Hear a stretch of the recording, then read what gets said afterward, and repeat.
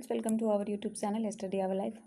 तो ये ज्ञान बिंदु बिहार दरोगा का प्रैक्टिस सेट है जो कि डबल स्टार सीरीज़ का है। 11 अक्टूबर से आपका स्टार्ट हुआ है, ये 11 अक्टूबर से। और आज इसका हम सेट नंबर 2 करने वाले हैं। देख सकते हैं यहाँ पे सेट नंबर 2 है।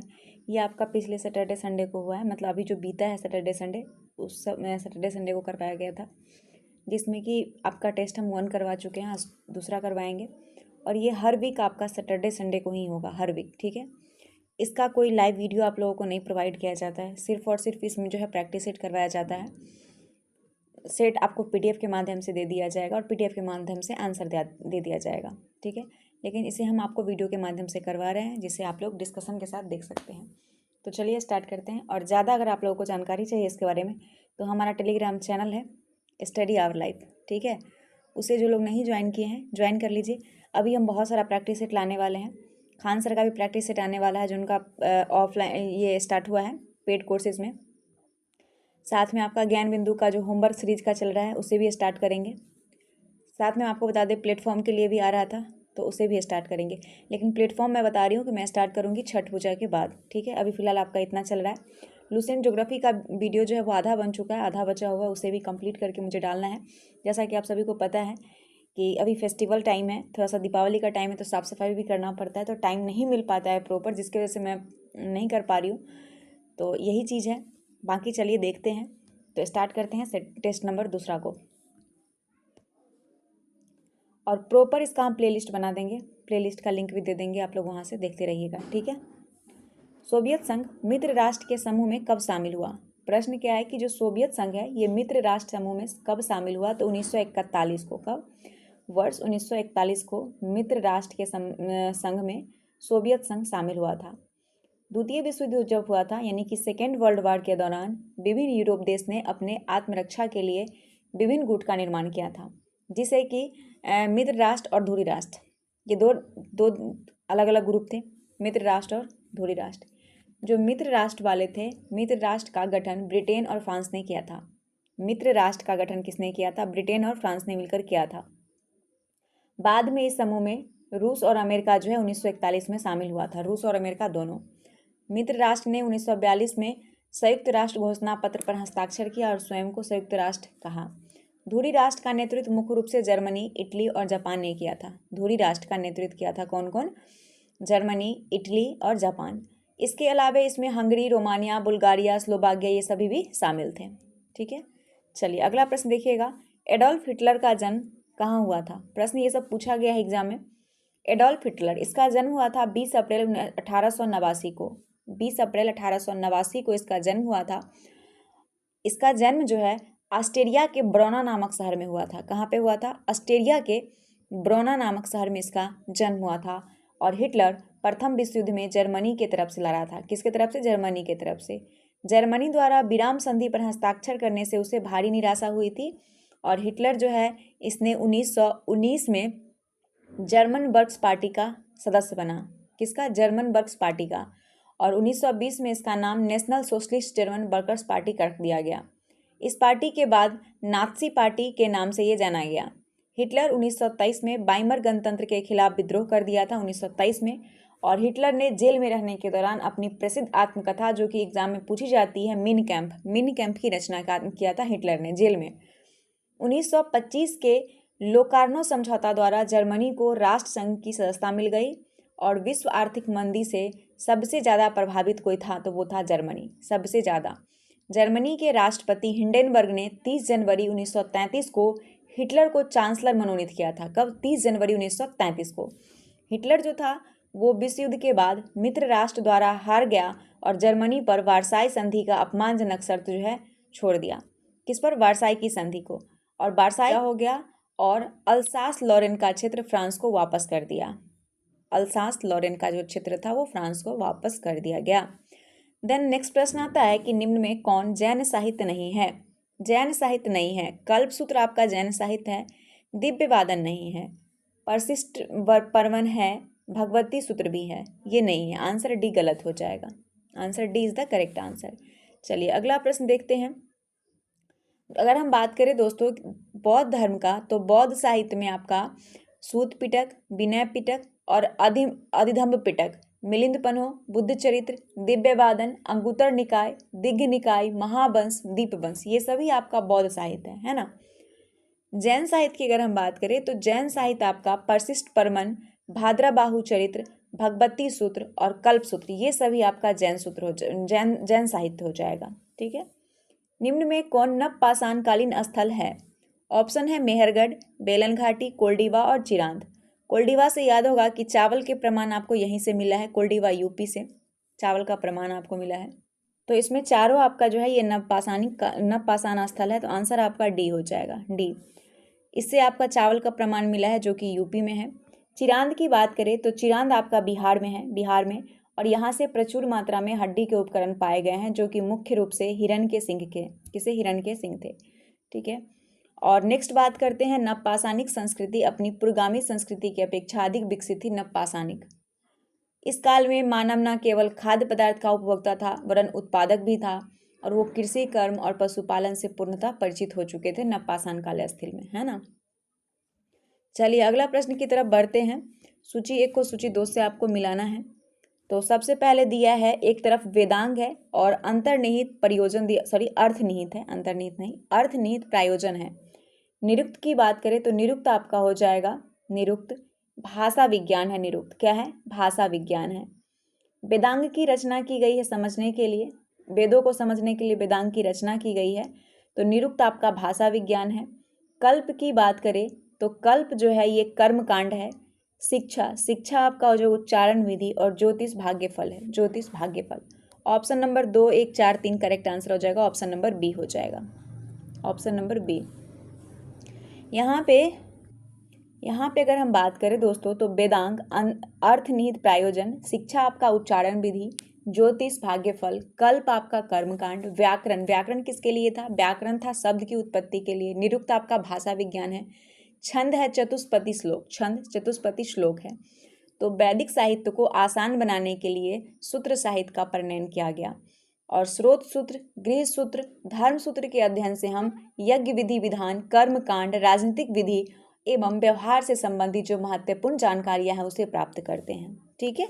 चलिए अगला प्रश्न है कि निम्न में कौन सा लेखक सिकंदर के साथ आया था?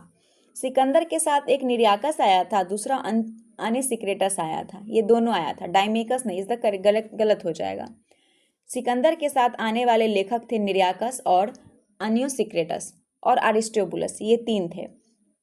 तो सिकंदर के पश्चात के लेखक में 3 राजदूत मेगास्थनीज, डाइमेकस और डायनोसियस का नाम उल्लेख है।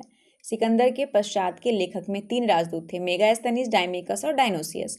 मेगास्थनीज ने इंडिका की रचना की जो सेल्यूकस निकेटर का राजदूत था, और मेगास्थनीज ने इंडिका में मौर्यगुइन समाज और उसकी संस्कृति के विषय में लिखा है। वही डाइमेकस की बात करें तो डाइमेकस सीरियन नरेश आंतियोकस का राजदूत था और ये बिंदुसार के राजदरबार में आया था। डायनोसियस ये जो था मिस्र नरेश टॉलमी फिलाडेल्फस का राजदूत था। कौन? डायनोसियस, जो बिंदुसार के राजदरबार में आया था। और अन्य स्रोत से जो है अन्य स्रोतों में अगर बात करें तो अशोक भी पढ़ने को मिलता है अन्य स्रोत में डायनोसियस के बारे में। उसके बाद नेक्स्ट और इसके बारे में जान लेते हैं जो कि प्लिनी के बारे में आप लोगों ने पढ़ा होगा। प्लिनी, इसने पहली सदी में नेचुरल हिस्ट्री नामक पुस्तक की रचना की थी। प्लिनी। टॉलमी की पुस्तक जियोग्राफी और किसी अज्ञात लेखक की पुस्तक पेरिपल्स ऑफ द एरेथ्रियन सीथ महत्वपूर्ण है उस समय की, और इनसे जो है भारत के भूगोल तथा व्यापारिक वस्तु के बारे में आपको जानकारी प्राप्त होती है। तो आपका आंसर हो जाएगा ए, 1 और 2। अगला प्रश्न देखिएगा। अगला प्रश्न है कि निम्न चीनी यात्री के भारत आगमन का काल क्रमानुसार आरोही क्रम में सजाइए। तो सबसे पहले फाहियान आया था, फाहियान के बाद स्युगन आया था, उसके बाद हेनसोंग हो जाएगा, उसके बाद इत्सिंग हो जाएगा, ऑप्शन नंबर ए। फाहियान की बात करें तो 399 से लेके 414 हो जाएगा, 414 हो जाएगा। ठीक है।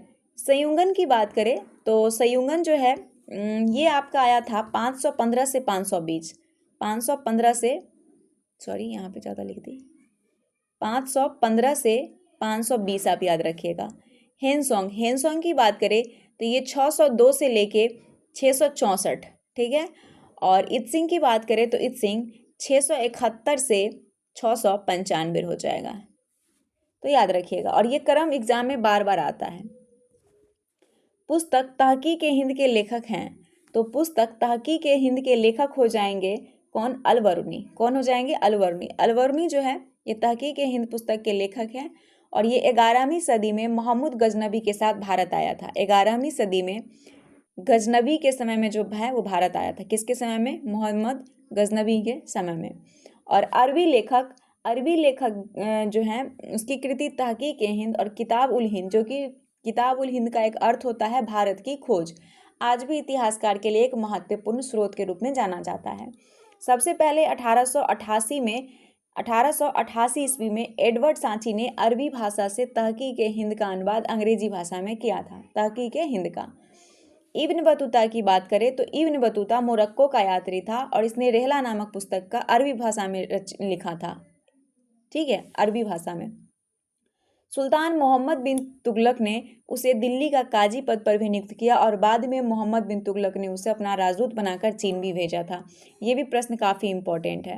ठीक है, चलिए अगला प्रश्न देखते हैं। दिल्ली सल्तनत का वास्तविक संस्थापक कौन था?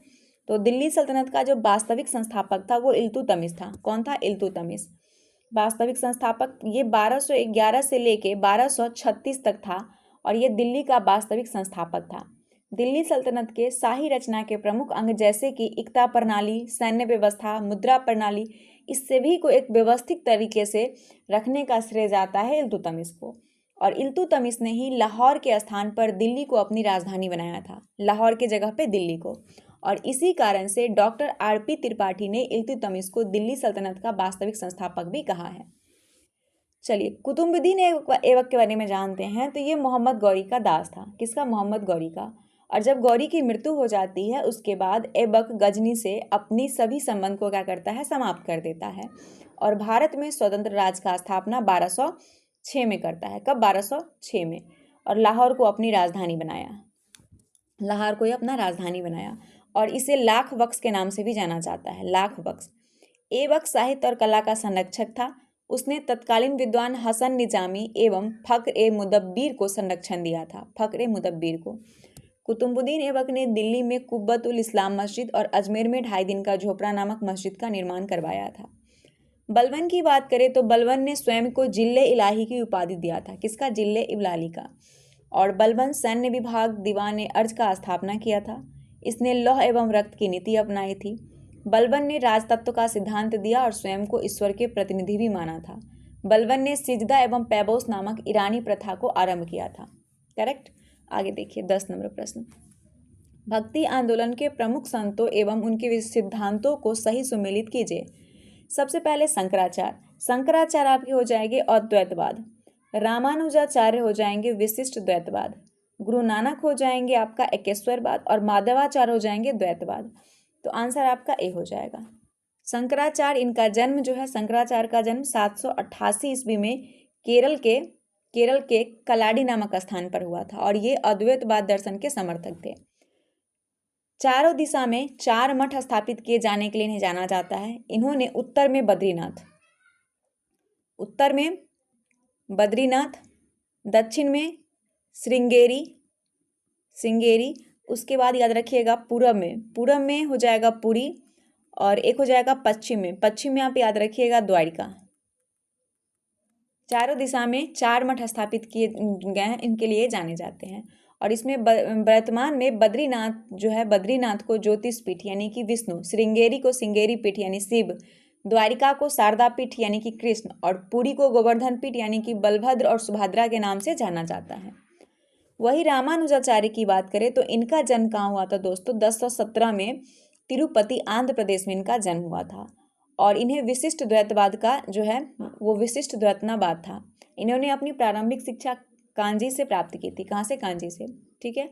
उसके बाद आगे हम अगर देखेंगे, आगे हम पढ़ेंगे तो आगे हैं गुरु नानक जो है इनका जन्म 1469 में हुआ था। कहाँ पे? तलवंडी ननकाना साहिब पाकिस्तान में।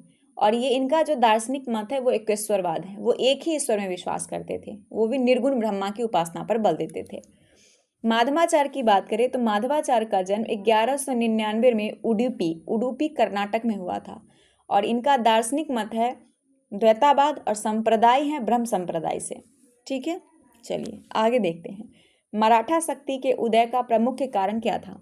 मराठा शक्ति के उदय का प्रमुख कारण था जाति, भाषा, धर्म पर आधारित एकता, राजनीतिक जागृति, भौगोलिक सुरक्षा। सभी हो जाएगा ऑप्शन नंबर डी सभी आंसर करेक्ट है।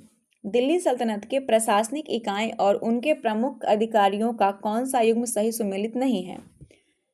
तो दिया है इक्ता मुक्ति, सिख सिकदार, परगाना चौधरी। ये सुमेलित नहीं है क्योंकि परगाना के प्रमुख अधिकारी को आमिल कहा जाता था। क्या कहते थे? आमिल कहा जाता था। गांव का मुकद्दम, ये सही है। दिल्ली सल्तनत में प्रशासनिक व्यवस्था केंद्रीकृत थी जिसमें सुल्तान सर्वोच्च होता था, सुल्तान, और प्रशासनिक सुविधा के अनुसार साम्राज्य विभिन्न स्तर पर विभाजित था। साम्राज्य को प्रांत या इक्ता में, इक्ता को सिख में, सिख को परगाना में और परगाना को गांव में। ठीक है, चलिए अब आता है अगला नंबर प्रश्न 13 नंबर प्रश्न है कि सूची 1 को सूची 2 से मिलाइए। स्वतंत्र राज्य और उसके संस्थापक दिया हुआ है। तो बंगाल के हो जाएंगे मुर्शीद कुली खां, अवध के हो जाएंगे सआदत खां, हैदराबाद से हो जाएंगे चिनकिलीज खां और केरल के मार्तंड वर्मा। आंसर बी हो जाएगा। हैदराबाद से निजाम, देखिएगा यहाँ पे, हैदराबाद से निजाम उल मुल्क यानी चिनकिलीज खां, निजाम उल मुल्क इन्हीं को कहा गया है, संस्थापक थे। अवध के सआदत खां यानी कि बुरहान उल मुल्क, इनको कहा गया है, सआदत खां को बुरहान उल मुल्क। उसके बाद बात करते हैं हम मैसूर से, तो हैदर अली थे मैसूर से। बंगाल के संस्थापक मुर्शीद कुली खां, केरल के मार्तंड वर्मा हो जाएंगे। ठीक है, अगला प्रश्न देखते हैं हम। अगला प्रश्न हमारा हो जाएगा 14 नंबर प्रश्न क्या है? निम्नलिखित में से किसने भारतीय रेलवे के विकास के बारे में कहा था कि भारत में अंग्रेज द्वारा रेलवे के विकास पर खुश होना ऐसा ही है जैसे दूसरे की पत्नी के अलंकार को देखकर खुश होना? तो करेक्ट आंसर इसमें दिया, तो आंसर आपका सी हो जाएगा, बाल गंगाधर तिलक। भारत में पहली रेलवे लाइन 1849 में, कब? 1849 में कोलकाता से रानीगंज तक बिछाई गई थी पहली, और 1853 में पहली रेल बम्बई से थाने के बीच चलाई गई थी। 1903 में कर्जन ने रॉबर्टसन के नेतृत्व में एक रेलवे बोर्ड की स्थापना की। भारतीय रेलवे का तीव्र विकास कर्जन के कार्यकाल में हुआ था। और कार्ल मार्क्स ने भारतीय रेलवे के बारे में कहा था कि जिस देश में लोहा एवं कोयला मौजूद हो वहां अगर तकनीक पहुंचा दी जाए तो उस देश के आधुनिकीकरण से कोई नहीं उसे रोक सकता है, कार्ल मार्क्स ने कहा था। एक वर्थ कमेटी की अगर हम बात करें तो एक वर्थ कमेटी 1921 से लेकर 22 तक की रिपोर्ट के आधार पर वर्ष 1925 में रेलवे बजट को आम बजट से अलग कर दिया गया था। और अर्नाल्ड की बात करें तो अर्नाल्ड ने कहा था कि भारत में रेलवे ने वह कर दिखाया जो अकबर और टीपू जैसे निरंकुश शासक न कर पाए, ये अर्नाल्ड ने कहा था। और बाल गंगाधर तिलक कहे थे कि भारतीय रेलवे के विकास के बारे में कि भारत में अंग्रेज द्वारा रेलवे के विकास पर खुश होना ऐसा ही है जैसे दूसरी की पत्नी के अलंकार को देखकर खुश होना है। ओके, चलिए अगला है 1857 के विद्रोह के समय निम्नलिखित में किसने अंग्रेज के विरुद्ध फतवा जारी की तथा जिहाद का नारा दिया? तो वो थे आपके मौलवी अहमदुल्ला। 1857 के विद्रोह के समय मौलवी अहमदुल्ला ने अंग्रेज के विरुद्ध जिहाद का नारा दिया और फतवा भी जारी किया। मौलवी अहमदुल्ला ने फैजाबाद से, कहाँ से? फैजाबाद से, ध्यान दीजिएगा ये प्रश्न भी इंपॉर्टेंट है। फैजाबाद से 1857 की क्रांति का नेतृत्व किया जिसे बाद में कैंपबेल ने दमन कर दिया। अंग्रेज ने मौलवी अहमदुल्ला को पकड़ने के लिए 50,000 का इनाम भी घोषित किया था।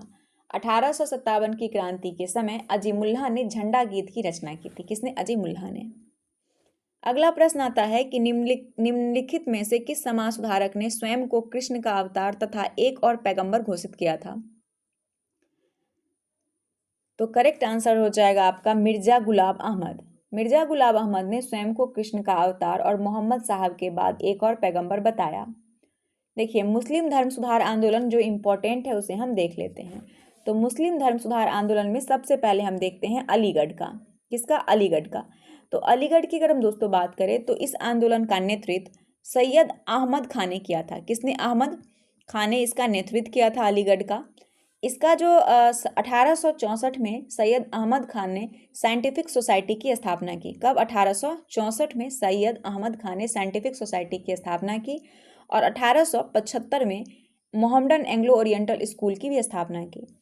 अहमद खां जो थे वो कांग्रेस की स्थापना का विरोध किया तथा यूनाइटेड इंडिया पैट्रियाटिक एसोसिएशन की स्थापना की। दूसरा बात करते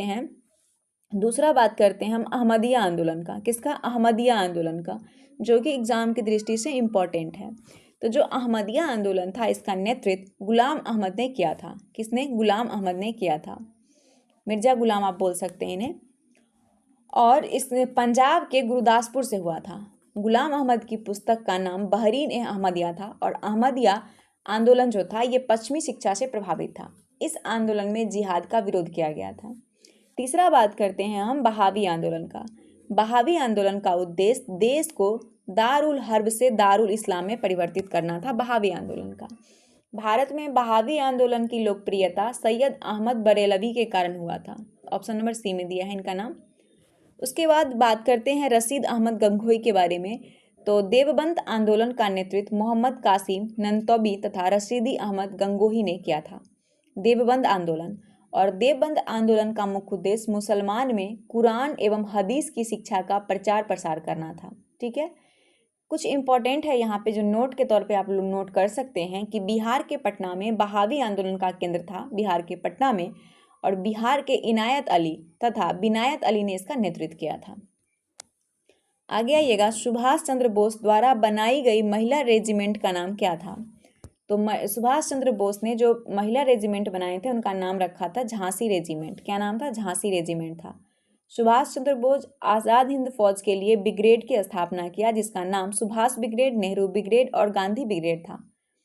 रानी झांसी रेजिमेंट का नेतृत्व कैप्टन लक्ष्मी स्वामीनाथन ने किया था। सुभाष चंद्र बोस की पुस्तक द इंडियन स्ट्रगल है। सुभाष चंद्र बोस ने तुम मुझे खून दो मैं तुम्हें आज़ादी दूंगा, दिल्ली चलो, ये सभी नारा दिए थे। उन्होंने जर्मनी में हिटलर की सहायता भारतीय स्वतंत्रता के लिए मांगी और फ्री इंडिया सेंटर की भी स्थापना की। फ्री इंडिया सेंटर का आज़ाद हिंद फौज की स्थापना सिंगापुर में 1942 में कैप्टन मोहन सिंह ने किया था। और आज़ाद हिंद फौज के सर्वोच्च सेनापति नेताजी को 2 जुलाई 1943 को घोषित कर दिया गया था सर्वोच्च सेनापति। महात्मा गांधी को राष्ट्रपिता की उपाधि भी इन्होंने ही दिया था, सुभाष चंद्र बोस ने। और सुभाष चंद्र बोस को देशभक्त का देशभक्त महात्मा गांधी ने कहा था, देशभक्तों का देशभक्त। लोकनायक की उपाधि रविंद्रनाथ टैगोर ने इन्हें दी थी। 21 अक्टूबर 1943 को इन्होंने स्वतंत्र भारत की अस्थायी सरकार की स्थापना की, जिसको जर्मनी, जापान जैसे 9 देश में मान्यता प्राप्त हुई। फॉरवर्ड ब्लॉक की स्थापना नेताजी ही किए थे। नेताजी मतलब सुभाष चंद्र बोस। कब किए थे? 1939 में किए थे। कहाँ किए थे? पश्चिम बंगाल में किए थे। ठीक है, इतना इंपॉर्टेंट है। निम्नलिखित में कौन क्रिप्स मिशन के साथ कांग्रेस के आधिकारिक वार्ताकार थे? कांग्रेस के, तो क्रिप्स मिशन के साथ कांग्रेस का आधिकारिक वार्ताकार जवाहरलाल नेहरू और मौलाना आज़ाद थे। जवाहरलाल नेहरू और मौलाना आज़ाद।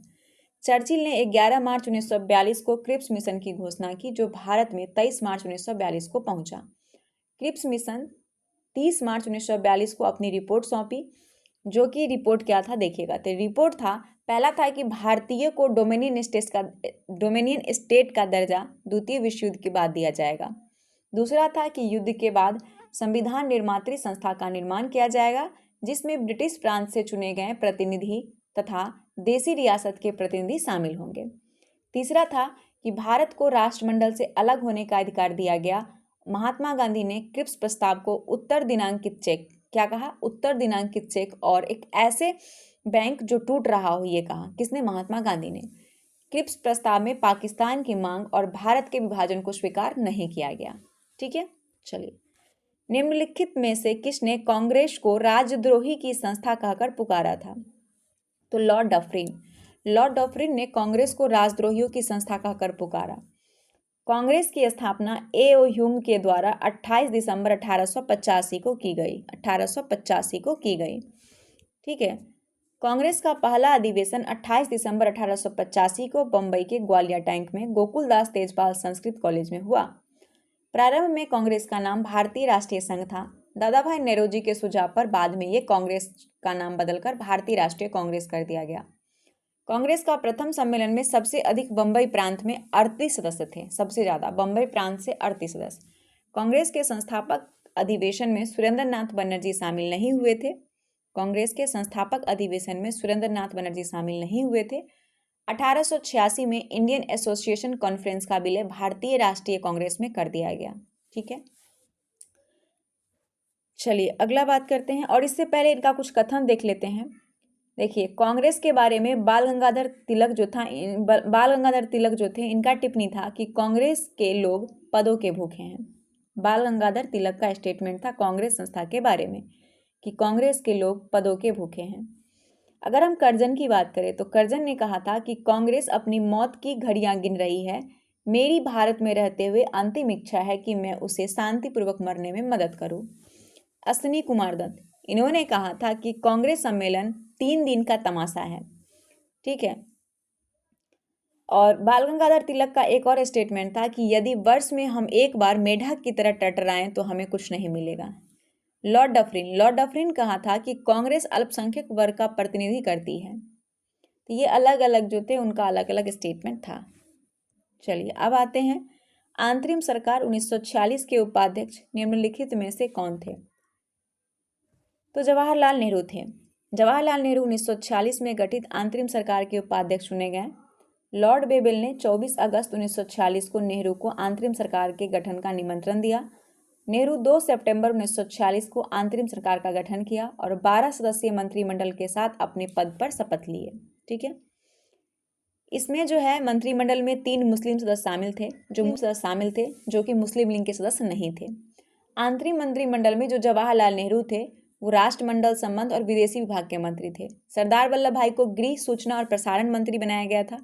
जगजीवन राम श्रम मंत्री थे। आसफ अली को रेलवे और परिवहन दिया गया था। राजेंद्र प्रसाद खाद्य कृषि मंत्री थे। CH भामा कार्य, खान और ऊर्जा मंत्री थे। जॉन मथाई उद्योग और नागरिक आपूर्ति। सरदार बलदेव सिंह थे रक्षा मंत्री और राजगोपालाचारी को शिक्षा एवं कला दिया गया था। ठीक है। अक्टूबर 1946 में जो अंतरिम सरकार में मुस्लिम लीग के 5 सदस्य शामिल हो गए थे वो 5 सदस्य थे लियाकत अली खां, वो वित्त विभाग से थे लियाकत अली। डाक और वायु से अब्दुल रब निस्तार थे, डाक और वायु से। गजनफर अली खान स्वास्थ्य थे, गजनफर अली खान।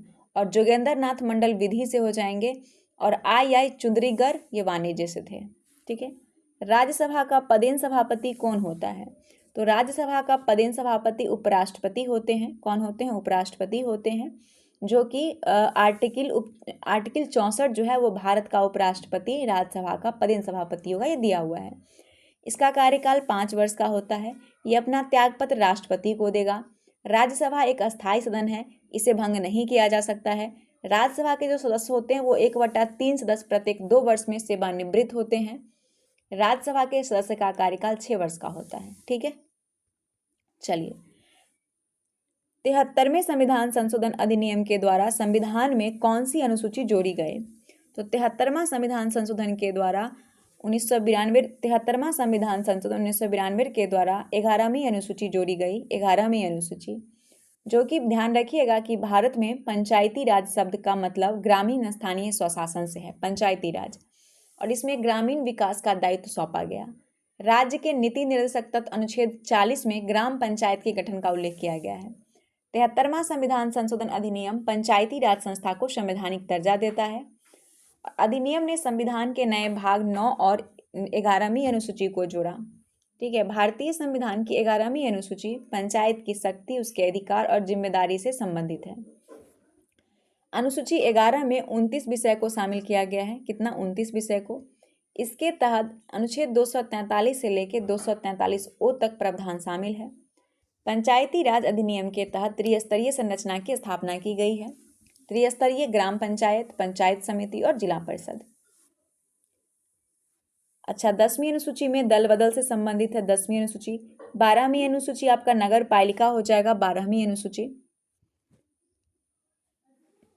भारतीय संविधान के किस अनुच्छेद में राष्ट्रीय महत्व के स्मारक, स्थान और वस्तु के संरक्षण का उल्लेख है। तो भारतीय संविधान का भाग 4 नीति निर्देशक तत्व के अनुच्छेद 49 में राष्ट्रीय स्मारक, स्थान और वस्तु के संरक्षण का उल्लेख है। भाग 4 आपका राज्य का नीति निर्देशक तत्व है। आर्टिकल 36 से 51। उद्देश्य है कल्याणकारी राज्य की अवधारणा को सुनिश्चित करना। ये प्रकृति में गैर न्यायसंगत है। प्रकृति में अनुच्छेद जो 48 है, अनुच्छेद 48, ये क्या कहता है कि इसमें राज्य को कृषि और पशुपालन को आधुनिक और वैज्ञानिक प्रणाली से संगठित करने का निर्देश देता है। आर्टिकल 48। 49 में क्या है। 49 में आपका स्मारक एवं राष्ट्रीय महत्व के स्थान एवं वस्तुओं का संरक्षण।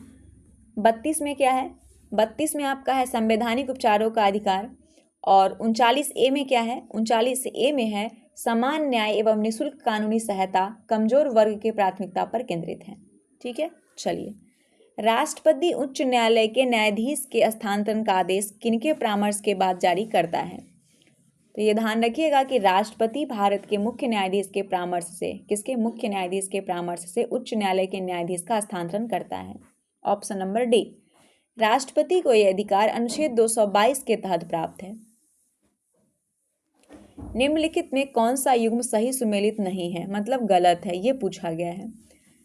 तो 79 में संसद का गठन है, 93 में लोकसभा का अध्यक्ष और उपाध्यक्ष सही है, 98 में संसद का सचिवालय है, 99 में संसद सदस्य के वेतन एवं भत्ते, ये गलत है। आर्टिकल आपका 99 के संबंध में जो है इसमें दिया है कि सदस्य द्वारा शपथ ग्रहण से है, न कि वेतन और भत्ते से हो जाएगा। तो 79 में संसद का गठन है, 80 में कंटिन्यू याद कर लीजिए, 79 से लेकर 99 तक याद रहेगा। इस बीच में जो इम्पोर्टेंट है वही यहाँ पे दिया गया है। 79 में संसद का गठन है, 80 में राज्यसभा का गठन है, 81 में लोकसभा का गठन है, 82 में प्रत्येक जनगणना के पश्चात पुनर्समायोजन है, किसमें, 82 में, 87 में राष्ट्रपति का विशेष संबोधन, 89 में राज्यसभा का सभापति और उपसभापति, 93 में है लोकसभा का अध्यक्ष और उपाध्यक्ष, 98 में संसद सचिवालय, 99 में सदस्य के द्वारा शपथ ग्रहण और 110 में है धन विधायक की परिभाषा, 110 में, 112 में है वार्षिक वित्तीय विवरण, 120 में संसद में उपयोग की जाने वाली भाषा, 120 में, और 123 में है राष्ट्रपति के अध्यादेश जारी करने की शक्ति। आगे है 26 नंबर प्रश्न। निर्वाचन से संबंधित उपबंध की व्याख्या भारतीय संविधान के किस भाग में की गई है? तो भाग आपका हो जाएगा 15। भारतीय संविधान के भाग 15 अनुच्छेद 324 से 329 तक निर्वाचन से संबंधित उपबंध किया गया है। अनुच्छेद 324 से 329 ए में, अनुच्छेद 324 में आपका क्या है, 324 की बात करें तो इसमें आपका चुनाव आयोग है। क्या है? चुनाव आयोग। ठीक है, 324 में। 324 के बाद 26 में है वयस्क मताधिकार। क्या है? वयस्क मताधिकार 326 में। 329 में क्या है? तो इसमें है चुनाव से संबंधित मामलों में न्यायालय के हस्तक्षेप पर रोक। ठीक है, चलिए। राष्ट्रीय आपातकाल की घोषणा। प्रश्न क्या है कि राष्ट्रीय आपातकाल की घोषणा करने के लिए सशस्त्र विद्रोह शब्द को संविधान में किस संशोधन अधिनियम के माध्यम से जोड़ा गया? तो इस आंसर हो जाएगा 44वां। देखिए, जोड़ने वाला जो भी काम होगा वो 44वां और 42वां में अलग करने वाला याद रखिएगा। तो ये ट्रिक है कि याद करने का। तो 44वें संविधान संशोधन अधिनियम 1978 के द्वारा आपातकाल की घोषणा हेतु आंतरिक अशांति शब्द के स्थान पर सशस्त्र विद्रोह शब्द जोड़ा गया। 44वां संविधान संशोधन अधिनियम 1978 जो है ये राष्ट्रपति केवल कैबिनेट की लिखित सिफारिश पर आपातकाल घोषित कर सकता है। राष्ट्रपति अनुच्छेद 20 और 21 राष्ट्रीय आपातकाल में निलंबित नहीं होता है, जो कि आपका मौलिक अधिकार है। अगर हम 42वां संविधान संशोधन की बात करें, 42वां 1976 का है, 42वां संविधान संशोधन 1976। इसमें क्या है कि संसद को समुद्री जल, महाद्वीपीय मग्न तट, विशिष्ट आर्थिक क्षेत्र जिसको SEZ बोलते हैं, भारत के समुद्री जोन की सीमाओं के समय समय पर निर्धारण की शक्ति, उसके अलावा ये सभी जो है इसमें दिया गया है। 40वां संविधान संशोधन, 40वां उतना इंपॉर्टेंट नहीं है लेकिन 38वां याद रखिएगा। 38वां संविधान संशोधन 1975 में है कि राष्ट्रपति द्वारा आपातकाल की घोषणा गैर वाद योग्य घोषित है। राष्ट्रपति द्वारा आपातकाल की घोषणा गैर वाद योग्य घोषित है। राष्ट्रपति को विभिन्न आधार पर राष्ट्रीय आपातकाल की विभिन्न घोषणा करने की शक्ति प्रदान की गई है। 44वां संविधान संशोधन अधिनियम ने आपातकाल की घोषणा को न्यायिक समीक्षा की अनुमति देकर 38वें संशोधन के इस प्रावधान को क्या कर दिया? निरस्त कर दिया। अब आता है कि भारत के महान्यायवादी के संदर्भ में निम्नलिखित में से कौन सा कथन असत्य है, मतलब गलत है? तो भारत के महान्यायवादी को दोनों सदन की संयुक्त बैठक में मताधिकार के बगैर भाग लेने का अधिकार है। ये कथन आपका असत्य है, ऑप्शन नंबर सी। जो भारत के महान्यायवादी होते हैं ये अनुच्छेद आपका 76 में है और भाग 5 में। इनका अगर हम कार्यकाल की बात करें तो इनका कार्यकाल संविधान द्वारा निश्चित नहीं है। भारत सरकार के मुख्य कानूनी अधिकारी के रूप में ये कार्यरत होते हैं। उच्चतम न्यायालय में भारत सरकार के प्रतिनिधित्व करता है। ये सदन में भाग ले सकते हैं, लेकिन ये मतदान करने का अधिकार इनके पास नहीं है। महान्यायवादी केंद्रीय कैबिनेट के सदस्य नहीं होते हैं। एक संसद सदस्य की तरह सभी भत्ते एवं विशेषाधिकार इन्हें मिलता है। आगे प्रश्न है कि प्राणी और पादप की जातियों में अधिकतम विविधता मिलती है। प्राणी और पादप की जातियों में अधिकतम विविधता मिलती है। बहुत ही अच्छा प्रश्न है। तो ये उष्णकटिबंधीय आर्द्र वनों में, प्राणी और पादप की जातियों में अधिकतम विविधता उष्णकटिबंधीय आर्द्र वनों में पाए जाते हैं। उष्णकटिबंधीय आर्द्र वन को ट्रॉपिकल रेन फॉरेस्ट भी कहते हैं और ये पृथ्वी पर जैव विविधता के सबसे समृद्ध क्षेत्र होते हैं। भारत की दूसरी सबसे बड़ी जनजाति गोंड, गोंड किस राज्य में पाई जाती है? तो भारत की सबसे बड़ी जनजाति सेकेंड वाली जो गोंड है, ये आपका मध्य प्रदेश में पाई जाती है। 2011 के जनगणना के अनुसार जनसंख्या की दृष्टि से दूसरी सबसे बड़ी जाति गोंड है, जो कि मध्य प्रदेश में है। और गोंड जाति की जनसंख्या 2011 के जनगणना के अनुसार 43,57,918 जो है इसका जनसंख्या है। 2011 के जनगणना के अनुसार जनजाति की जनसंख्या संपूर्ण भारत में जो जनसंख्या है उसका 8.6% है, 8.6%। ठीक है। निम्नलिखित में कौन सा युग्म सुमेलित नहीं है? श्रीनगर झेलम कौन सा सुमेलित नहीं है, ये पूछा गया है। श्रीनगर झेलम, जमशेदपुर स्वर्णरेखा नदी, बरेली सरयू नदी, ये सुमेलित नहीं है। लुधियाना सतलज नदी, बरेली रामगंगा नदी के किनारे स्थित है, रामगंगा नदी के किनारे स्थित है। ठीक है। शीत ऋतु में भारत के उत्तर पश्चिम भाग में वर्षा होने का क्या कारण है? तो शीत ऋतु में यानी सर्दियों में पश्चिमी विक्षोभ चक्रवात पूर्वी भूमध्य सागर में उत्पन्न होते हैं और पूरब की ओर दक्षिण एशिया, ईरान, अफगानिस्तान एवं पाकिस्तान होते हुए भारत के उत्तरी पश्चिमी भाग में पहुंचते हैं।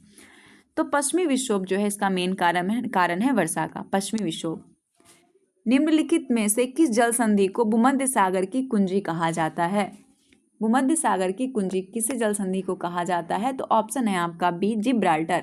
जिब्राल्टर जल संधि जो है भूमध्य सागर का एकमात्र द्वार है, इसी कारण इसे भूमध्य सागर की कुंजी कहा जाता है। और ये भूमध्य सागर को अटलांटिक महासागर से जोड़ती है, अटलांटिक से। और ये जल संधि यूरोप के स्पेन और अफ्रीका के मोरक्को के बीच स्थित है। भूमध्य सागर एक अंतःस्थ सागर है, ये बड़े पैमाने पर भू अवरोधित है। वही अगर हम बेरिंग जल संधि की बात करें तो बेरिंग जल संधि उत्तरी अमेरिका के अलास्का और एशिया के रूस को अलग करने वाली एक समुद्री जल संधि है। अमेरिका के अलास्का और एशिया के रूस को अलग करने वाली बेरिंग जल संधि प्रशांत महासागर और आर्कटिक सागर को जोड़ती है। टॉरेस की बात करें तो टॉरेस जो है ये जल संधि ऑस्ट्रेलिया के उत्तरी तट और न्यू गिनी द्वीप के बीच स्थित है, न्यू गिनी द्वीप के बीच।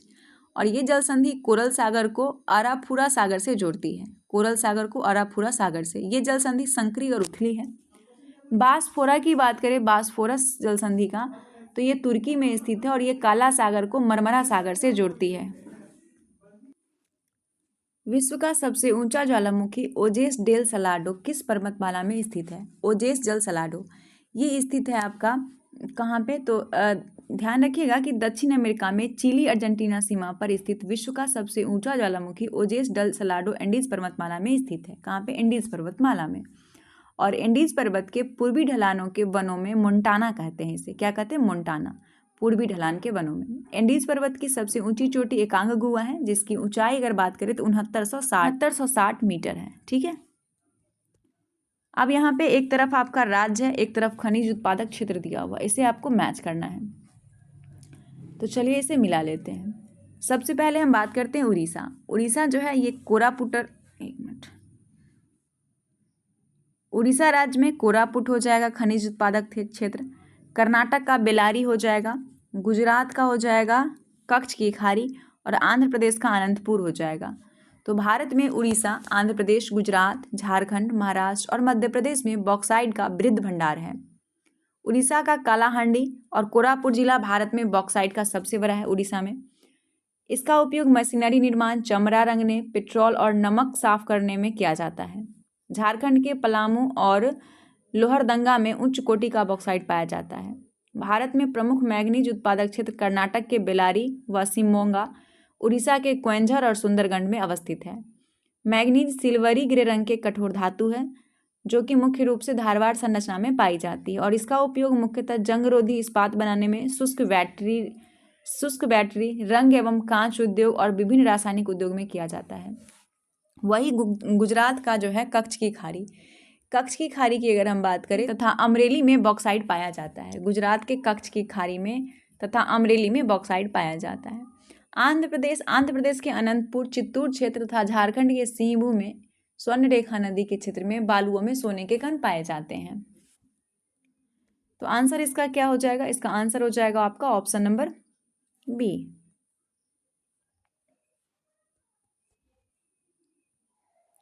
निम्नलिखित कथन पर विचार कीजिए। दिया है कि निम्नलिखित कथन पर विचार कीजिए। ला नीना भारतीय मानसून को कमजोर बनाती है। ये स्टेटमेंट आपका जो है सही नहीं है, ये पूछा गया तो ये गलत है। एल नीनो का भारतीय मानसून पर प्रभाव के कारण सूखे की स्थिति उत्पन्न होती है, ये सही है। तो केवल दूसरा आपका जो है सही है, पहला गलत है। तो गलत ही पूछा गया तो ऑप्शन नंबर ए हो जाएगा। गलत पूछा गया इसलिए ऑप्शन ए हो जाएगा। ला नीना का भारतीय मानसून पर प्रभाव के कारण भारत सामान्य से अधिक वर्षा होती है। निम्नलिखित में कौन सा रिजर्व बैंक ऑफ इंडिया का कार्य नहीं है? तो रिजर्व बैंक ऑफ इंडिया का कार्य इसमें से नहीं है, वो है राजकोषीय नीति का संचालन करना, ऑप्शन नंबर डी। मौद्रिक नीति का संचालन, विदेशी मुद्रा के संरक्षण के रूप में मुद्रा निर्गमन करना, सभी है। जो राजकोषीय नीति का संचालन करना भारतीय रिजर्व बैंक ऑफ का कार्य नहीं है। राजकोषीय नीति वो प्रक्रिया होती है जिसके अंतर्गत सरकार कर संग्रह, लोक व्यय और सार्वजनिक ऋण के माध्यम से देश की आर्थिक गतिविधि को प्रभावित करता है। देश के बीच तेजी से एकीकरण को किस रूप में जाना जाता है? तो इसे कहा जाता है आपका वैश्वीकरण। वैश्वीकरण दुनिया भर में लोगों, कंपनी और देश के बीच तेजी से एकीकरण और बातचीत की प्रक्रिया है वैश्वीकरण। दूसरे शब्द में आप ये कह सकते हैं कि वैश्वीकरण का मतलब है कि विश्व अर्थव्यवस्था से भारतीय अर्थव्यवस्था को जोड़ना। ठीक है। निम्नलिखित में कौन सा वक्र बेरोजगारी दर एवं मुद्रास्फीति के बीच विपरीत संबंध स्थापित करता है? तो याद रखिएगा वो हो जाएगा आपका इसमें से फ्लिप्स वक्र। फ्लिप्स वक्र बेरोजगारी दर और मुद्रास्फीति के बीच उल्टा संबंध को दर्शाता है। फ्लिप्स वक्र के अनुसार जब मुद्रास्फीति की दर में वृद्धि होती है तो बेरोजगारी में कमी आती है, जबकि मुद्रास्फीति की दर में कमी होती है तो बेरोजगारी में वृद्धि होती है। तो लाफर वक्र क्या होता है? लाफर वक्र ये बताता है कि किसी अर्थव्यवस्था में यदि कर की दर एक निश्चित सीमा से अधिक बढ़ाई जाती है तो कर राजस्व में कमी आने लगती है।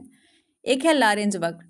लॉरेंज वक्र आय की विषमता को प्रदर्शित करता है, आय की विषमता को, और यह मुख्यतः आर्थिक विषमता को मापता है। गिनी गुणांक। गिनी गुणांक का मान जितना अधिक होगा समाज में विषमता उतनी अधिक होगी। यूनेस्को का मुख्यालय स्थित है। यूनेस्को का मुख्यालय पेरिस फ्रांस में है। पेरिस फ्रांस में है। ठीक है, आगे देखते हैं। अच्छा, जिनेवा में किसका किसका हेडक्वार्टर है? तो जिनेवा में आप अंतर्राष्ट्रीय दूरसंचार संघ का हेडक्वार्टर हो जाएगा जिनेवा में। उसके अलावा विश्व स्वास्थ्य संगठन का है, विश्व स्वास्थ्य संगठन का हो जाएगा, विश्व मौसम विज्ञान का हो जाएगा, विश्व व्यापार संगठन का हो जाएगा। इस सभी का आपका हेडक्वार्टर कहाँ है? जिनेवा में है। केंद्रीय बजट 2025 से 26 के अनुसार सरकार को विभिन्न मंदों से होने वाली प्राप्तियों का अवरोही क्रम है। तो यहाँ हम बात करते हैं सबसे पहले कि जो उधार एवं अन्य देता, आयकर, जीएसटी और निगम कर, ऑप्शन नंबर ए। देखिए, उधार एवं अन्य दाता से 24%, आयकर से 22%, जीएसटी से 18% और निगम कर से 17%। तो ऑप्शन नंबर ए हो जाएगा। अब आपका जो है लगभग यहाँ पे मैथ का प्रश्न है, इसे हम देख लेते हैं एक बार मैथ के प्रश्न को। ठीक है,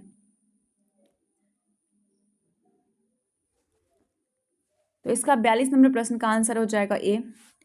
43 नंबर प्रश्न का आंसर हो जाएगा 1650। बना लीजिएगा इसे आप लोग। दिक्कत हो तो कमेंट कीजिएगा टेलीग्राम पे, हम बता देंगे वहाँ पे। ठीक है, 44 नंबर प्रश्न का आंसर हो जाएगा ए। 45 का बी।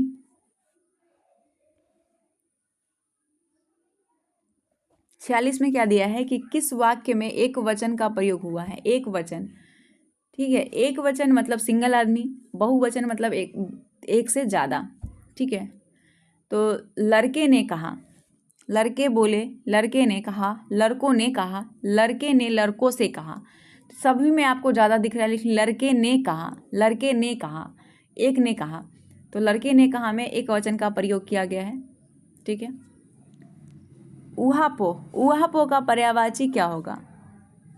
ऊहापो का असमंजस हो जाएगा। क्या हो जाएगा? असमंजस। ऊहापो का अर्थ होता है दुविधा में होना। क्या होता है? दुविधा में, और इसको बोलते हैं असमंजस। ठीक है। चलिए इंग्लिश में प्रश्न देखिएगा।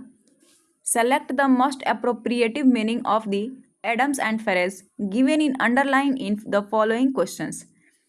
तो he goes hard with one and all, जो आइडम एंड फ्रेज दिया हुआ इसका मीनिंग आपको बताना है। तो इसका जो आंसर एंड फ्रेज की बात करता है तो he goes hard with one and all. तो इसके लिए जो सेंटेंस यूज करेंगे टू बी डिफिकल्ट हो जाएगा, टू बी डिफिकल्ट हो जाएगा, टू बी डिफिकल्ट हो जाएगा, बहुत ज़्यादा भारी। ऑप्शन नंबर सी। नेक्स्ट प्रश्न है select the most appropriate option to fill the blanks. यहाँ पे एक वर्ड बताना है जो इस पे यहाँ पे सुटेबल है।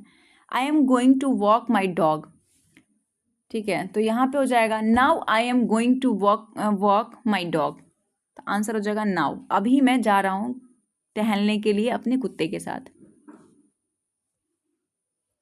50 नंबर प्रश्न है कि एक व्यक्ति ने एक महिला से कहा आपकी माँ के पति की बहन मेरी चाची है। महिला व्यक्ति से किस प्रकार संबंधित है? रीजनिंग का प्रश्न है, मेरी बहन हो जाएगी। 51 नंबर प्रश्न देखिएगा, डायरेक्शन का प्रश्न है, इसका आंसर ए हो जाएगा, बना लीजिएगा। 52 नंबर प्रश्न है कि बर्तन जिस तरह खाली से संबंधित है उसी तरह सीट डैश से संबंधित है। तो बर्तन जिस तरह खाली से हो जाएगा है ना, उसी तरह सीट पर कोई नहीं बैठा है, तो ये भी आपका खाली है, रिक्त है। फूलदेई किस राज्य का प्रमुख उत्सव या त्यौहार है? फूलदेई, फूलदेई आपका उत्तराखंड का त्यौहार है फूलदेई। तमिलनाडु की बात करें तो तमिलनाडु में आपका पोंगल, जल्लूकट्टी, थाईपुसम, चिथिराई मनाया जाता है। सिक्किम में आपका होता है लोसुंग, सोनम, लोसर, सागा दावा। उत्तराखंड में फूलदेई, हरेला, घी महोत्सव। पंजाब का होला मोहल्ला, गुरु पर्व, बैसाखी, लोहरी। मिजोरम में चापचारकूट, मीमकूट, थलफावांगकूट। तेलंगाना में बोनालू बथुकम्मा, मेदराम जात्रा हो जाएगा। किश्तवाड़ राष्ट्रीय उद्यान किस राज्य या केंद्र शासित प्रदेश में है? तो जम्मू कश्मीर में है किश्तवाड़, जम्मू कश्मीर में है। ठीक है, जो कि 1981 में स्थापित किया गया था। राजस्थान में कौन कौन है? घाना पक्षी विहार है, रणथंभौर है, कुंभलगढ़ है, केवलादेव, मुकुंदरा राष्ट्रीय उद्यान, ये सभी आपका राजस्थान में है। कहाँ पे? राजस्थान में। तमिलनाडु की बात करें तो तमिलनाडु में है इंदिरा गांधी अभ्यारण्य, गुइंडी राष्ट्रीय उद्यान।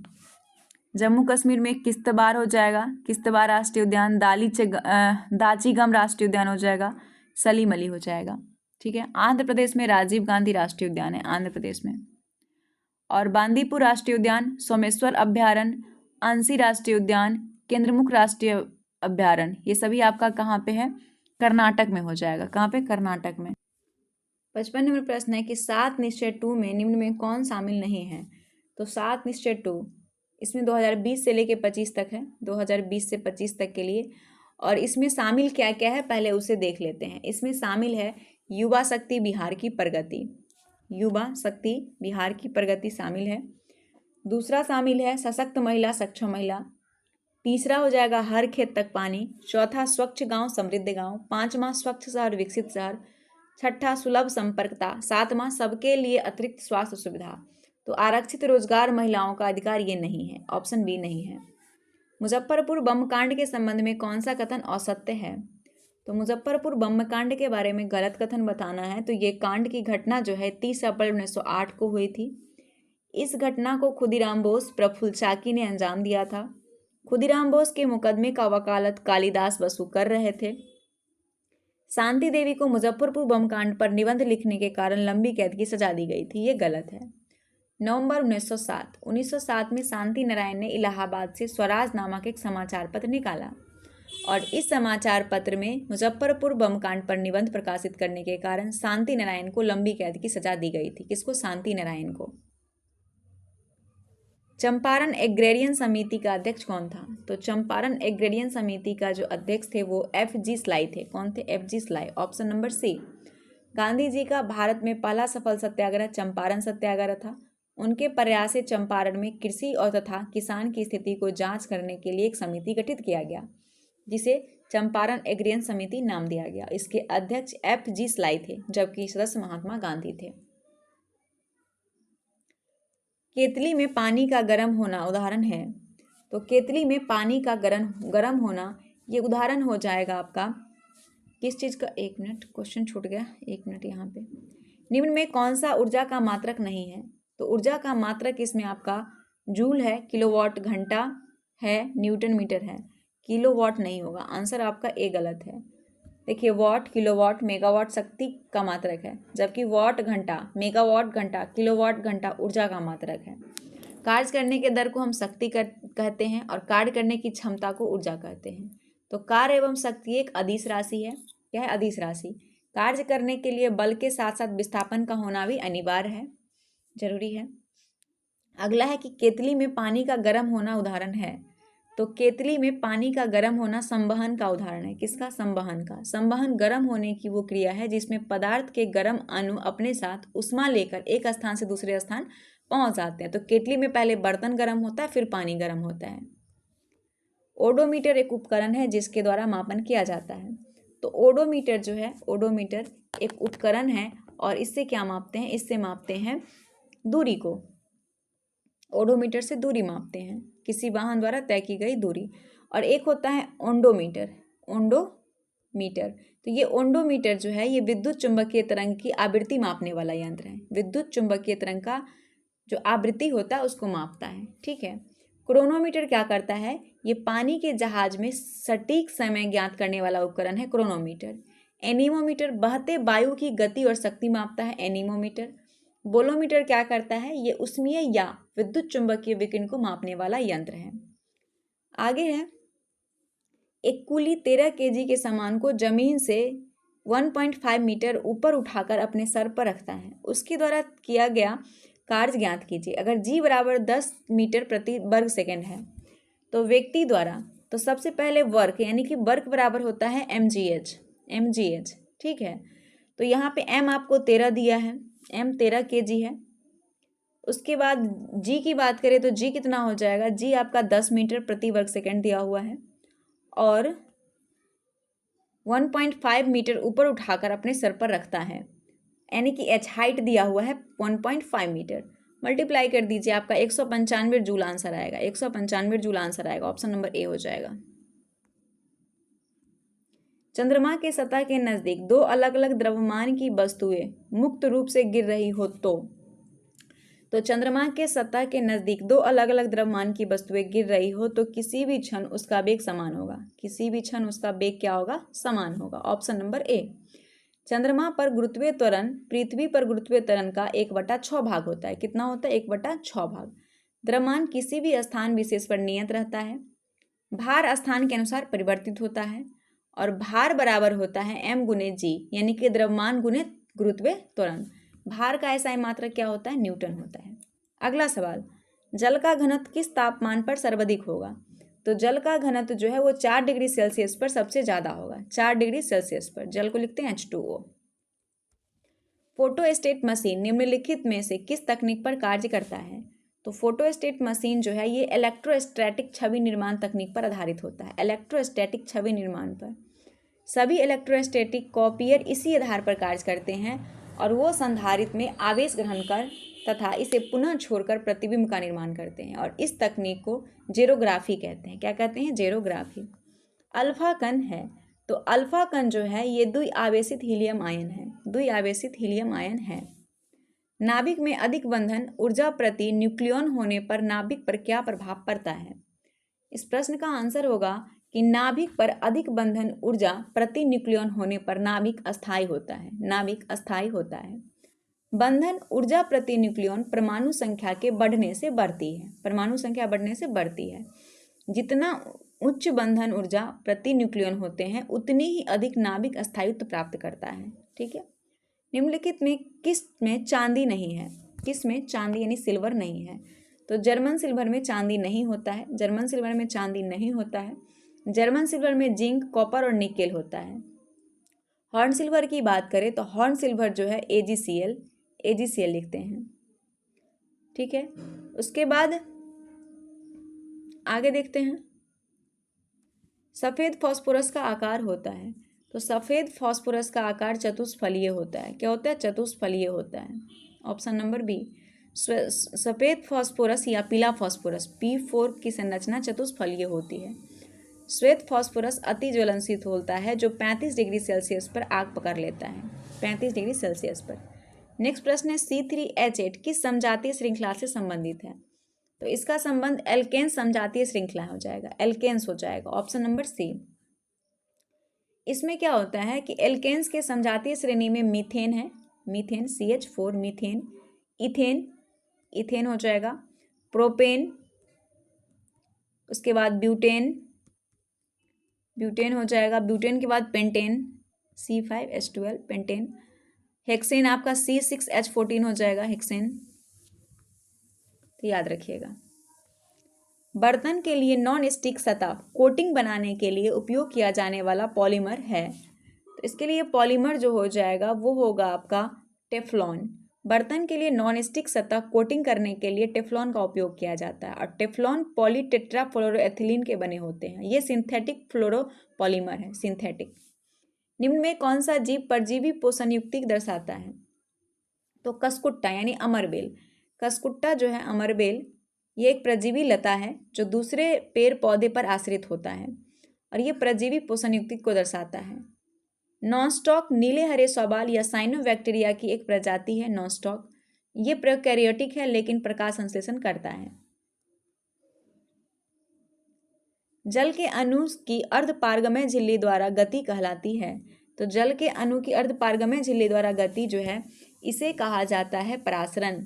जल के अणु की अर्धपारगम्य झिल्ली द्वारा गति परासरण कहलाती है। परासरण की प्रक्रिया में द्रव का प्रवाह उच्च सांद्रण से निम्न सांद्रण की ओर अर्धपारगम्य झिल्ली के माध्यम से होता है। प्रोटीन का पाचन कहाँ से शुरू होता है? तो जो प्रोटीन है इसका पाचन होता है अमाशय से। प्रोटीन का पाचन अमाशय से होता है। अमाशय की दीवार पर उपस्थित जठर ग्रंथि से जठर रस स्रावित होता है। क्या? जठर रस। निम्न में कौन प्रोटोजोआ जनित रोग है? ऑप्शन है इन्फ्लुएंजा, हैजा, कालाजार और टाइफाइड। तो इसमें से प्रोटोजोआ जनित रोग आपका कालाजार होगा। कौन? कालाजार। यह लिस्मेनिया डोनोवानी नामक प्रोटोजोआ से फैलता है, लिस्मेनिया डोनोवानी। और ये परजीवी का वाहक बालू मक्खी है, परजीवी का वाहक बालू मक्खी, सैंड फ्लाई जिसको बोलते हैं। इसमें रोगी को तेज बुखार आता है। इन्फ्लुएंजा की बात करें तो विषाणु जनित रोग है। हैजा, हैजा आपका विब्रियो कैलिडी नामक जीवाणु के कारण होता है। टाइफाइड जीवाणु जनित रोग है। नेक्स्ट प्रश्न है कि वो प्रक्रिया जिसके द्वारा पुरानी प्रजाति से नई प्रजाति विकसित होती है क्या कहलाता है? तो पुरानी प्रजाति से नई प्रजाति विकसित होता है उसे प्रजाति उद्भव कहते हैं। प्रजाति उद्भव वो विकासात्मक प्रक्रिया है जिसके द्वारा नई जैविक प्रजातियां उत्पन्न होती है। साइनोबैक्टीरिया एक परितंत्र में महत्वपूर्ण भूमिका अदा करता है क्योंकि वो, तो साइनोबैक्टीरिया जो है एक परितंत्र में महत्वपूर्ण भूमिका निभाता है। नॉनस्टॉक, एनाविना आदि शैवाल नाइट्रोजन स्थिरीकरण की क्षमता है, तो इसका वायुमंडलीय नाइट्रोजन का स्थिरीकरण करता है। इसीलिए साइनोबैक्टीरिया एक परितंत्र में महत्वपूर्ण भूमिका अदा करता है क्योंकि वो वायुमंडलीय नाइट्रोजन का स्थिरीकरण करता है। थायराइड ग्रंथि कहाँ स्थित होती है? तो थायराइड ग्रंथि गला में स्थित होती है। कहाँ पे? गला में, गर्दन में होती है। थायराइड ग्रंथि एक अंतःस्रावी ग्रंथि है। थायराइड हार्मोन वसा, प्रोटीन और कार्बोहाइड्रेट के मेटाबॉलिज्म को बढ़ाता है। नेक्स्ट प्रश्न है निम्नलिखित में कौन अनुवांशिकी की इकाई है? तो जीन एक अनुवांशिकी की इकाई है, जीन, और ये डीएनए का एक खंड है जिसमें किसी लक्षण हेतु अनुवांशिक कूट निहित होता है। एलील की बात करें तो एलील जो होता है, एलील एक ही जीन के दो वैकल्पिक लक्षण होते हैं। एक जीन एक एंजाइम की संकल्पना बीडल व टैटम द्वारा प्रतिपादित किया गया था। डीएनए एक न्यूक्लिक अम्ल है। नेक्स्ट प्रश्न है कि निम्नलिखित में कौन WBCS में सबसे प्रचुर मात्रा में होती है? तो न्यूट्रीफॉल्स WBC में सबसे प्रचुर मात्रा में पाया जाता है, न्यूट्रीफॉल्स। ऑप्शन नंबर आपका करेक्ट हो जाएगा ए। वो कुल WBC का लगभग 60 से लेकर 65% होता है। बेसोफिल की बात करें तो बेसोफिल सबसे कम होता है और ये जो है 0.5 से लेके 1% तक WC के केवल बने होते हैं, 0.5 से 1% तक। इयोसिनोफिल्स शरीर में प्रतिरक्षण तथा संवेदनशीलता का कार्य करता है और इयोनोफिल्स जो है या फिर एसिडोफिल्स श्वेत कणिका का 1 से 4% होता है, 1 से 4% होता है। ब्रायोफाइटा पादप समानता पाए जाते हैं, तो ब्रायोफाइटा पादप समानता नम व छायादार आवास में पाए जाते हैं। ऑप्शन नंबर आपका हो जाएगा सी।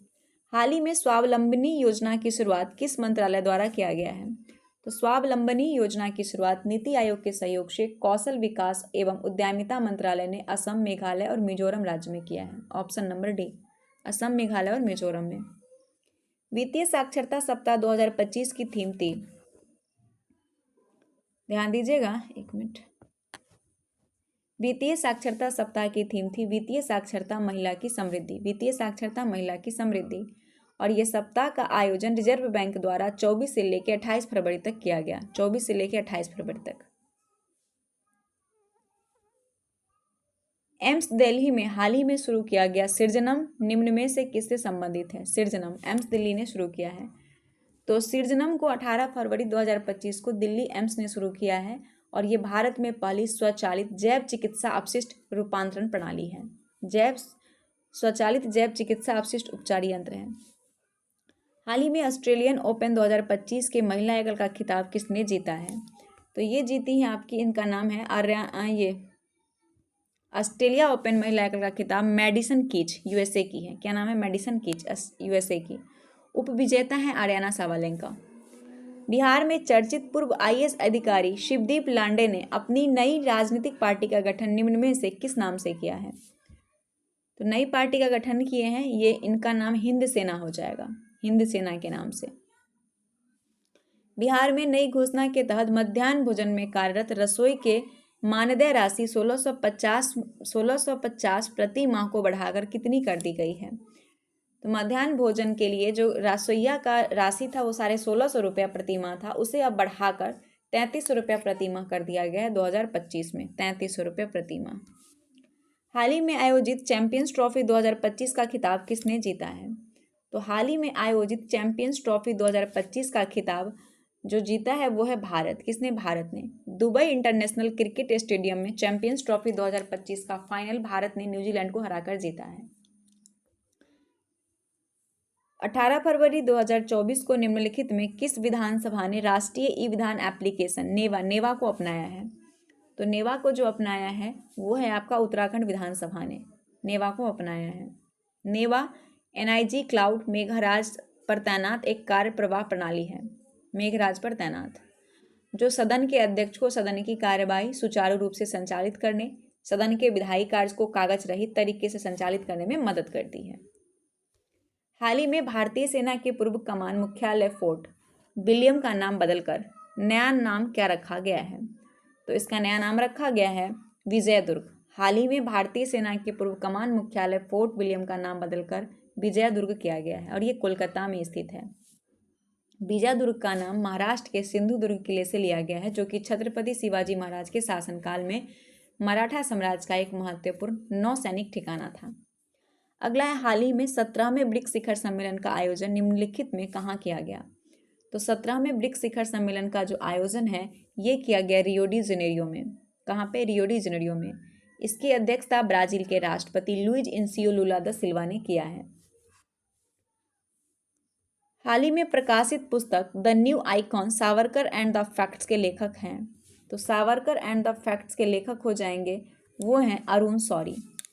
New icon Savarkar and the facts के लेखक अरुण शौरी। और ये पुस्तक सावरकर के जीवन, विचारधारा और आधुनिक भारतीय राजनीति पर उनके प्रभाव के आलोचनात्मक समीक्षा करती है। हाल ही में प्रस्तुत किया गया भारत सरकार का नया आयकर विधेयक 2025 किस अधिनियम को प्रतिस्थापित करता है? किस अधिनियम को प्रतिस्थापित करता है? तो ऑप्शन देखिएगा यहाँ, आयकर अधिनियम 1961 को प्रभावित करता है, आयकर अधिनियम 1961 को। हाल ही में प्रधानमंत्री श्री नरेंद्र मोदी द्वारा फ्रांस के राष्ट्रपति इमैनुअल मैक्रोन, ध्यान दीजिएगा, इमैनुअल मैक्रोन को भारतीय वाद्य यंत्र बजाते संगीतकारों की पारंपरिक डोकरा कलाकृति भेंट की।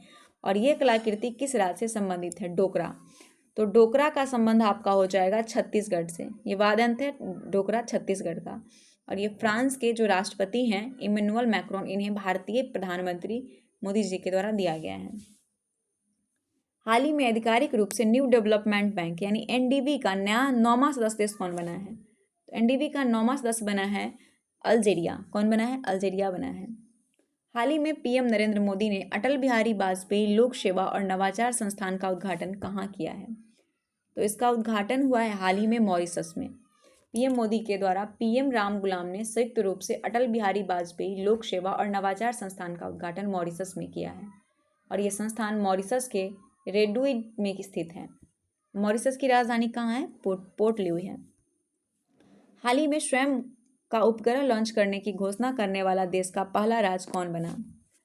तो वो बना है आपका असम। कौन बना है? असम। असम भारत का पहला ऐसा राज्य है जिसने अपना स्वयं का उपग्रह असम सेट लॉन्च किया है। हाल ही में आयोजित खेलो India winters games 2025 overall champion कौन बना? तो वो बना है भारतीय सेना। जीत हासिल की है। हाल ही में आंध्र प्रदेश के विजयवाड़ा में स्थित बाबा साहब भीमराव अंबेडकर की प्रतिमा निम्न में कौन सी है? सोशल जस्टिस है, जो कि आपका आंध्र प्रदेश के विजयवाड़ा में स्थित है। बाबा साहब भीमराव अंबेडकर की स्टेचू है। निम्नलिखित में कौन भारत के नए संसद भवन के वास्तुकार हैं? तो वास्तुकार नए हैं, ये हैं वास्तुकार बिमल पटेल। कौन है? बिमल पटेल। हाल ही में निम्न में किस संस्था द्वारा एफेंटासिया यानी कि अफेटासिया पर शोध किया गया? तो ध्यान दीजिएगा कि जो ग्लासगो विश्वविद्यालय द्वारा किए गए एक अध्ययन में एफेंटासिया या फिर अफेटासिया पर शोध किया गया। और एफेंटासिया एक ऐसी स्थिति है जिसमें व्यक्ति अपने दिमाग में छवि की कल्पना नहीं कर सकता और इसका उल्लेख पहली बार 1880 के दशक में फ्रांसिस गाल्टन ने किया था, जो बाद में इन्फेंटासिया वर्ष 2015 में न्यूरोलॉजिस्ट एडम जेमन द्वारा गढ़ा गया, मतलब पढ़ाने गया, गढ़ा गया।